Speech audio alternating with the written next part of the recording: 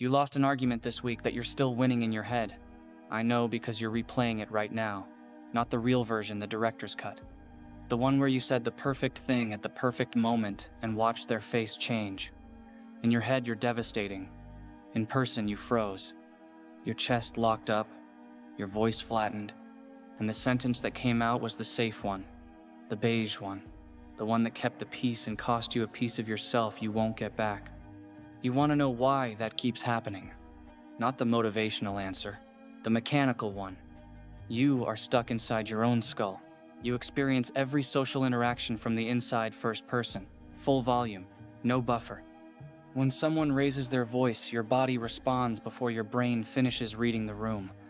When a room goes quiet, your chest fills with something heavy and your mouth starts moving just to stop the weight. You are not navigating conversations. You are surviving them. And survival mode doesn't let you think. It only lets you react. If silence makes you want to leave, then your nervous system just told both of us who's actually in charge of your life. It isn't you. Here's what the other side looks like. There are people who walk into the same rooms you walk into and see something completely different. They don't feel the temperature of the conversation. They read it. The way a technician reads a dashboard. Pulse elevated, posture defensive, eye contact avoiding the person by the window. They're not inside the interaction. They're 3 feet behind it, watching, sampling, collecting data that you're too emotionally flooded to notice because you're busy drowning in how the room makes you feel. Ayanokoji doesn't enter a room. He audits it. He doesn't hear words. He hears patterns. The teacher isn't an authority, she's a set of predictable rules. His classmates aren't friends or enemies, they're variables, with known breaking points and measurable utility. He's not cold, he's just not first person.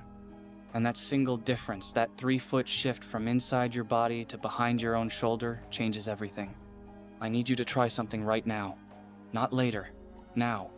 Think of the last conversation that made you uncomfortable. Don't remember what was said. Remember where you felt it. Your chest, your throat, your hands. That sensation, that heat or tightness or sinking, that's not the conversation. That's your hardware misreading the situation. Your nervous system tagged a social moment as a survival threat and your body responded like something was trying to eat you. Now replay that same conversation but from above, like a camera mounted on the ceiling. Watch yourself from the outside. See your shoulders rise. See your jaw tighten. See the other person lean forward. Don't feel it. Watch it. Notice how much smaller it looks from up there. That's the shift. First person to third person. Participant to observer. And once you make that shift, you stop being the person things happen to and start being the person who sees things happening, including to yourself.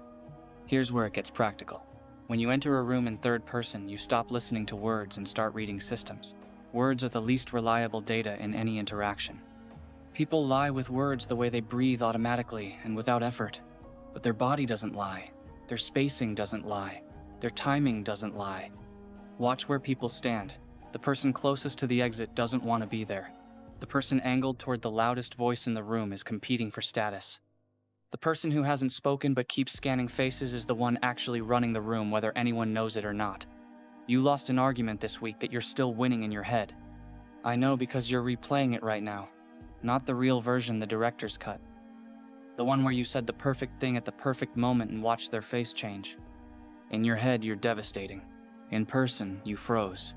Your chest locked up, your voice flattened, and the sentence that came out was the safe one, the beige one. The one that kept the peace and cost you a piece of yourself you won't get back.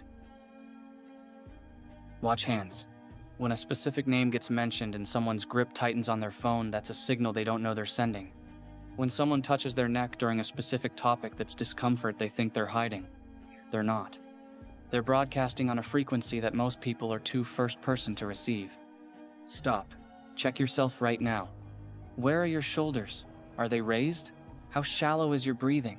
You've been absorbing this video and your body has been responding to the content without your permission. You didn't decide to tense up. The system decided for you.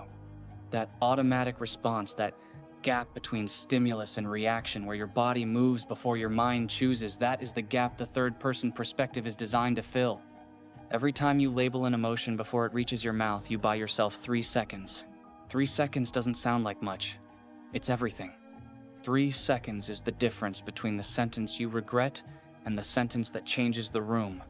3 seconds is the buffer that separates people who get played from people who see the play happening. When you feel the urge to impress someone, label it. Subject seeking validation. Don't obey it. When you feel the urge to defend yourself, label it. Subject protecting ego. Don't follow it. When you feel the pull to fill a silence, label it. Subject uncomfortable with ambiguity. Let the silence stay. Watch what happens when you don't fill it. The other person will. They always do. They'll talk faster. They'll over-explain. They'll hand you information they never intended to share, because the human brain cannot tolerate a vacuum. It has to fill the empty space.